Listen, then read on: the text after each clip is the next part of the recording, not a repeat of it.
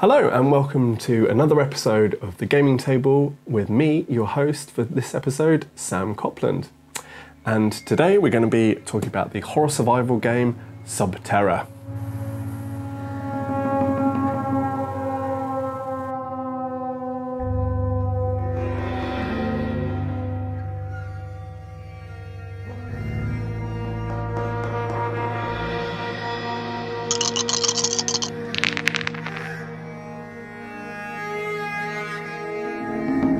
Sub Terra is a cooperative game for 1 to 6 players. It usually takes about an hour for a game. Sometimes it can take shorter time than that. Sometimes it can take longer. Depends on how quickly your group is able to make decisions. Each player has a turn in which they can take 2 actions. And they have to use these 2 actions to basically try and escape from a series of caves in which you've fallen down. Essentially, the idea is to get out of the caves as quickly as you possibly can and to find this escape tile. Now, unfortunately, the escape tile is hidden in the last 6 of this deck. Now, all the tiles are stacked up in this container here. So our round structure is very straightforward. We have an action phase in which we can do 2 actions, which are marked here. There's a value for each of these actions. So this is a one action point to do these things, and this is 2 action points to do those things. It's then the horror phase. So once all the players have gone, it then is the horror's turn to go. So the horror will move automatically towards the closest player. So in this case, this one, and it will render him unconscious. Then we have the hazard phase. So we draw a hazard card from the pile. So here, unfortunately, we have a cave-in. So then we resolve the hazard card, depending on what that is.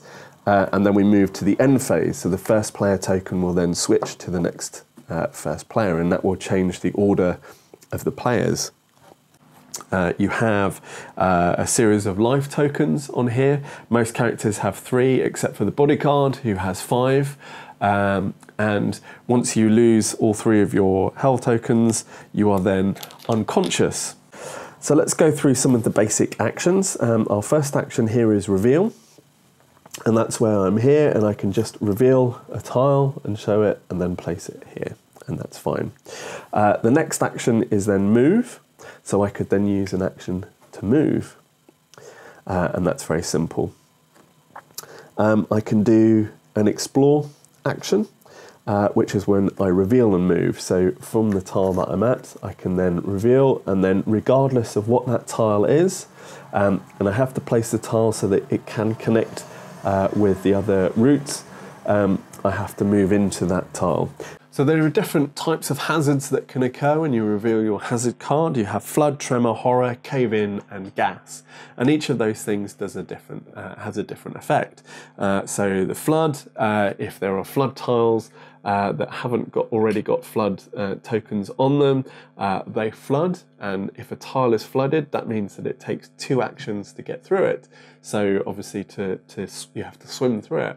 And that makes that tile harder to get through. So that creates a permanent hazard on the board and a permanent inconvenience. Tremor means that whenever you're as soon as the tremor card is revealed, then everybody has to make a skill check. If they fail the skill check, they lose 1 health. Horror activates a horror from the horror tile. And what I really like is that they've just gone for a very plain cylindrical purple horror token. And I know some people have bought miniatures to go through this. They do produce an official miniature to represent the horror. But I actually really like the fact that this is so abstract that it forces me to imagine what the horror is. And in many ways, that makes the horror worse. It makes it scarier. And it fits in with the horror movie tropes. Usually in a horror movie, we don't see the evil, the monster, the bad guy until close to the end. And so in that, it makes our imagination run wild and therefore adds to the tension and to the scare factor within this, because our imaginations usually conjure up worse things than can be represented physically. And so finally we have our out of time card. So when we get this card as a hazard card, that means that every time that I want to do something, I have to make a skill check. And if I pass, I live, and if I fail, I die automatically. So one of the things that I absolutely love about this game is that you're constantly having to think about how you're going to get out of here. And it creates this kind of level of excitement and anxiety that run throughout the whole game, which makes it actually really enjoyable. And the game is ridiculously difficult. So far, even on the easy level, I've only escaped once out of playing this, and I've played it many, many times, and each time usually what happens is we find the exit, I rush towards the end, and because we're out of time, you have to roll a dice. If you roll less than a 4, you instantly die. And so you go through all that hard work, you try and get out, you try and strategize, and then usually it's me, just as I get to the end, I can't roll more than a 4 for some reason, and I'm always dying. But I don't mind. It's actually a lot of fun. It's so much fun to play that in the end it doesn't really matter whether you escape or not. Of course, it's nice to win the game. And of course, for most people, that's going to be a somewhat important part, I would imagine. But actually, it's just so much fun playing it. I didn't really care that I lived or I died. In fact, dying just made it much more thematic, in line with a horror movie, and made it more exciting and more funny. So we also have our hazard actions, which are generated by some of the hazard cards and generate obstacles around the board. Our first hazard action is that we could swim. So for 2 action points, I can get past a tile that's been flooded. Then we've got squeeze. So where there's a narrow spot icon on any of the tiles, it means that I need to squeeze to get past it, and that also takes 2 actions. I can dig, so if I want to remove one of these rubble tokens, I can dig for 2 actions, and that will remove the rubble token. I can hide, so if I'm next to the horror and the horror is about to kill me, I can take a skill test. If I pass the skill test, that's absolutely fantastic. I then hide. So that means when the horror comes onto there, it's not going to render me unconscious. Or I can place a rope.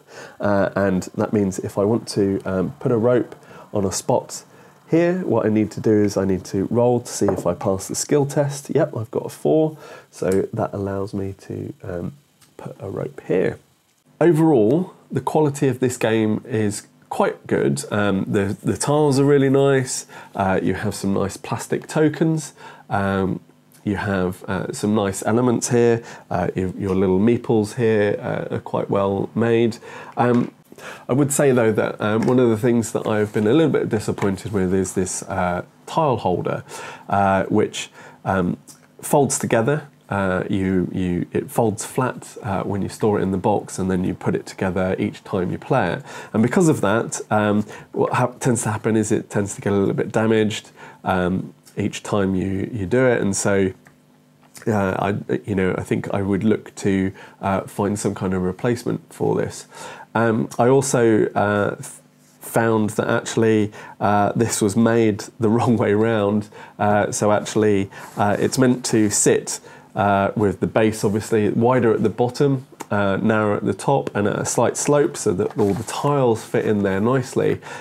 However, the actual slots that then hold the horizontal cardboard pieces in were cut the wrong way, so actually they don't sit correctly in here. So just a few minor niggles. But obviously, this is this is part of the game component, one of the game components. You want this to be, made well and quite sturdy.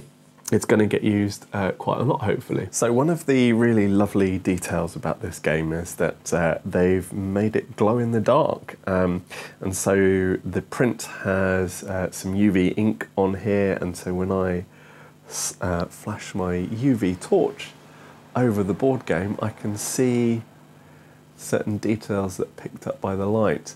I love this detail because it means that it adds to the atmosphere, adds to that feeling of the horror genre, but it also helps you kind of see where you're going as well. So some of these tile maps are quite hard to see if the light condition's not fantastic, and so actually it just really helps you navigate around, and it just looks really cool as well. I do love this element of this.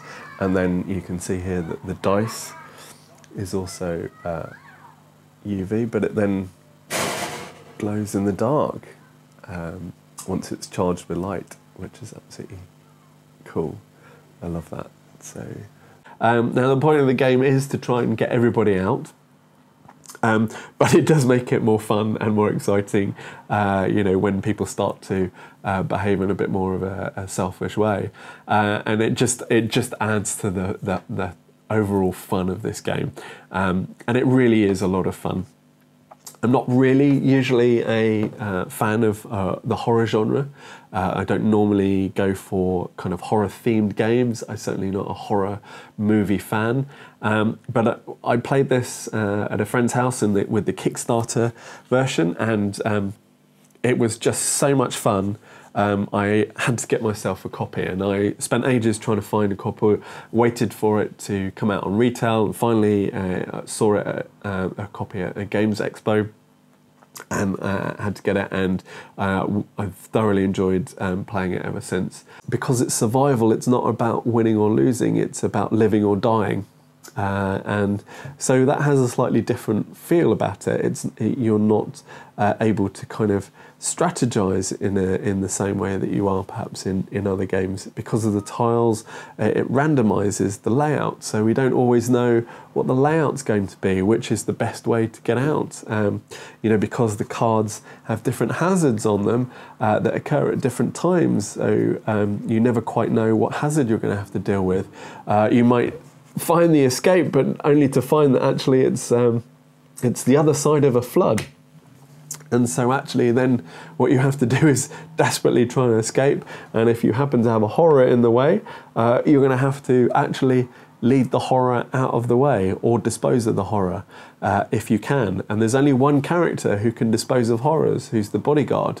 So if you don't have the bodyguard, you're going to have to make the horror run after you and find an alternative way around.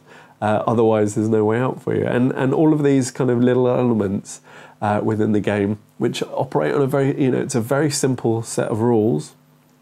You just follow what the cards say, you just follow what the tiles say, but it creates this complexity, and it creates this level of fun, which I haven't really found replicated in other games. Like I say, you know, this is such a fun game to play, and especially you know, when you've got a really great group of people who don't always necessarily play by the rules, or you know, necessarily go play cooperatively.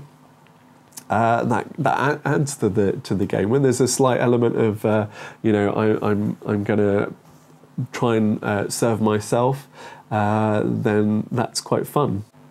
I would say that I didn't really enjoy playing this game single player. Single player mode is just you having to operate several of the characters at once, and I found that quite unsatisfying. I found that you know, actually the pleasure in this game is playing it cooperatively with a group of friends, and you know, the kind of highs and lows of you trying to escape shared as a group. I didn't really get that experience when I was playing it on my own. I didn't get the same kind of level of excitement or enjoyment out of it. I actually just found it kind of a bit tedious, because I was kind of having to kind of think about all these different characters and the different mechanics, and so it became almost more like an admin task than actually this kind of horror survival experience that I normally get from playing this game. So I wouldn't recommend playing this in the single player mode, but I would definitely recommend playing this as a group. And the cooperative version of this game is just so much fun. I have never enjoyed a game quite so much as playing this. You know, the kind of excitement of as you reach the end, just almost making it there and then perhaps dying or making it out on the roll of a dice, is so much fun. Certainly for me, anyway. And everyone that I've played it with has really enjoyed it. Now I got this game having played it with a friend who got it on the Kickstarter when it first came out, and I didn't get it in the Kickstarter. I'm not usually somebody who purchases things for the Kickstarter, and certainly for this review channel we don't really particularly want to do Kickstarter games because we feel it's not fair, because by the time the reviews come out you're not going to be able to get the Kickstarter, and if it only ever comes out on Kickstarter, and if you don't have it already, what's the point in doing a review for you because you can't get it. It is so much fun to play it in a cooperative game. I think particularly, you know, with a group of friends, particularly when you know each other quite well, you know, you can be a bit more kind of play around, perhaps not always do things that help each other out. That just adds to the fun of this whole game and this whole experience. So overall, I think that Tim Pinder has done an absolutely fantastic job with this game. It's great fun to play regardless of what level of gaming you're at. If you're a complete beginner or whether you're a seasoned veteran, I think there's something that you will find enjoyable in this game at all levels. And it's very exciting, it creates a lot of fun, and it's easy to set up and play. It doesn't take very long to run a game, usually about an hour or so, and it's just a lot of fun.